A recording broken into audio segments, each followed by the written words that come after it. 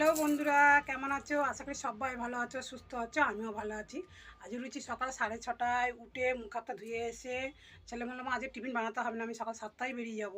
মুখ হাতটা ধুয়ে এসে কালকে রাতে বাতাসার জল ভেজানো ছিল, সেটাই ছেলেকে দিলাম। ছেলে খেয়ে 7টার মধ্যেই বেরিয়ে গেল।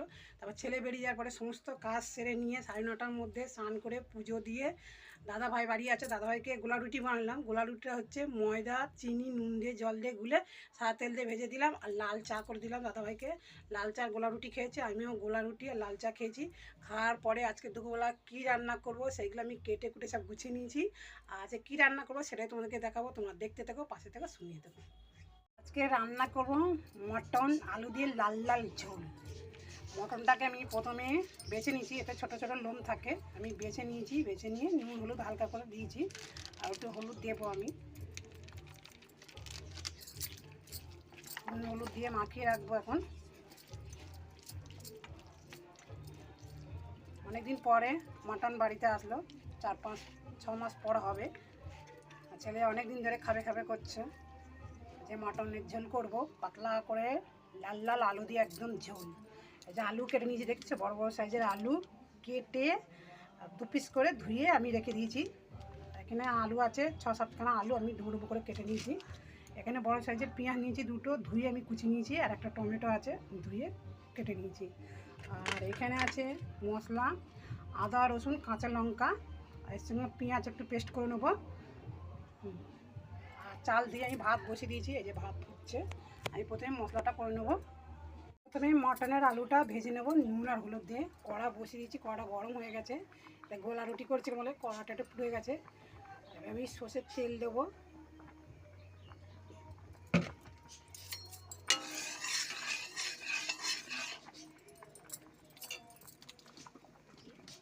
একটা আলু দিয়ে দেবো কড়ার মধ্যে।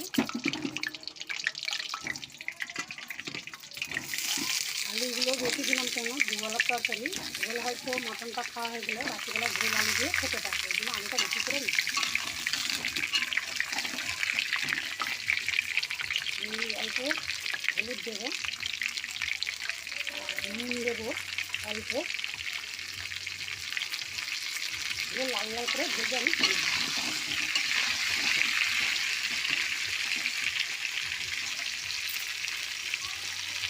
মাটনের আলুটা ভাজা হয়ে গেছে, একদম লাল লাল করে ভেজে নিতে দেখছো। এবার আমি তুলে নেব।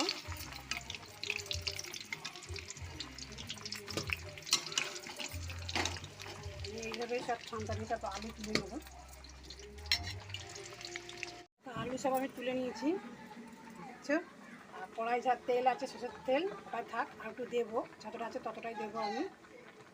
দিয়ে দিলাম তেল, তেজপাতা দুটো কুচি দিয়ে দিলাম। আর এখানে গরম মশলা আছে অল্প দিলাম, এলাচগুলো আমি ফাটিয়ে নিয়েছি। আর পেঁয়াজটাও দিয়ে দেবো।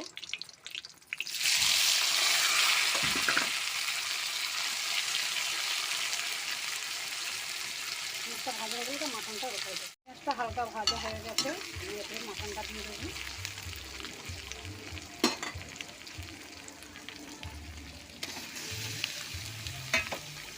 লঙ্কা দিয়ে দিলাম, নাড়াতে রাখতে পারছি কিছুক্ষণের জন্য।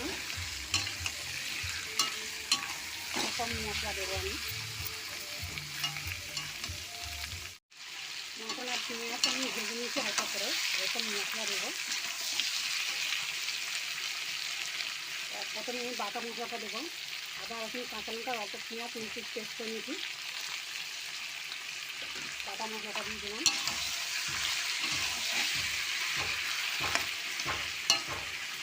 এবার দেবো আমি গুঁড়ো মশলা, এখানে সব 1 চামচ করে আছে।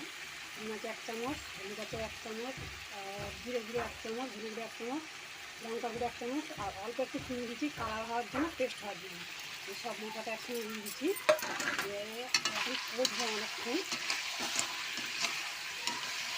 মটনের মশলা দিয়ে কষে নেবো অনেকক্ষণ, 10 থেকে 3 মিনিট কষবো, তারপরে আলুগুলো দিয়ে আবার কষবো।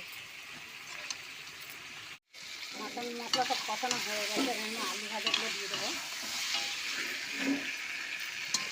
কত সুন্দর হচ্ছে, আলুটা দিয়ে নিই কিছুক্ষণের জন্য কষে নেবো।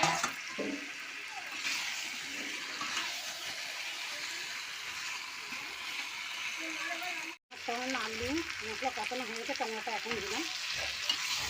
এবার আমি পিঠাটা করে দেবো, দিয়ে 5-6টা সিটি নিয়ে নেবো।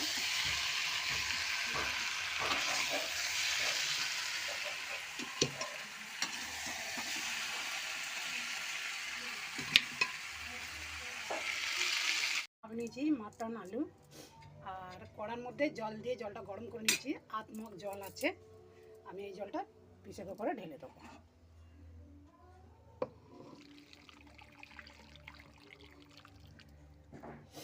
এই প্রেসার কুকারটা গ্যাসে আমি বসিয়ে দেবো। 5-6টা সিটি মারলে আমি নামিয়ে নেবো। ওখানে মটনটা সিদ্ধ বসিয়েছিলাম, 6-7খানা সিটি দেওয়া হয়ে গেছে। আমি নামিয়ে রেখেছিলাম 8 ঘন্টা মতন, মানে যে ভাপটা ভেতরে বসার জন্য আমি 8 ঘন্টা রেখেছিলাম, না তো খোলা যাবে না, আরও ভেতর দিয়ে যা ঝোল আছে সব উঠলে উঠবে। ওই জন্য এখন ঠান্ডা হয়ে গেছে, আমি এবার আস্তে আস্তে খুলবো। বেশি খাবার ভেতরটা কী অবস্থা হয়েছে, লাল লাল ঝোল। এবার আমি আবার কড়াই দেবো, দিয়ে নুনটা ঠিকঠাক আছে কিনা দেখবো, আর মাটন মশলা দিয়ে দেবো। কড়াই দিয়ে দেবো আবার।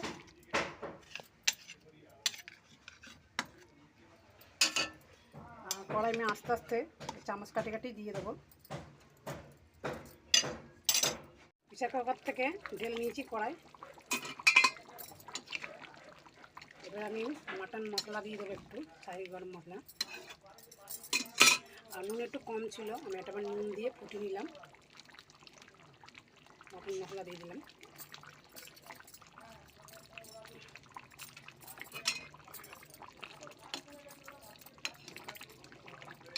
আমি নাড়াচাড়া করে গ্যাস বন্ধ করে দেবো।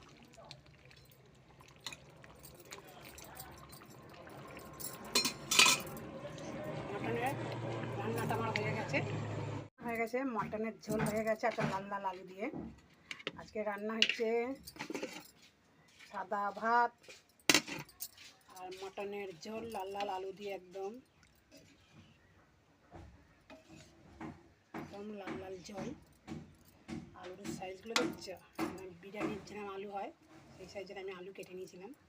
এটা গোটা গোটাই রয়েছে, পিসা করতে বার করেছি, একটাও ভাঙিনি। লাল লাল ঝোল মটন রান্না করেছি, আর হয়েছে এই যে পেঁয়াজ শসার সালাড। এই রান্না হচ্ছে, এই খাবো বন্ধুরা। আর আমি যে রান্নাটা করলাম পুরো ঘরোয়া রান্না, তোমরা ভেবে বাড়িতে রান্না করে খাও অল্প তেল মশলা দিয়ে। আর আমার ভিডিও দেখতে থেকো, পাশে থেকে, সঙ্গে থেকো, আমাকে সাপোর্ট করো। তোমার সব ভালো থেকো, সুস্থ থেকো, টাটা।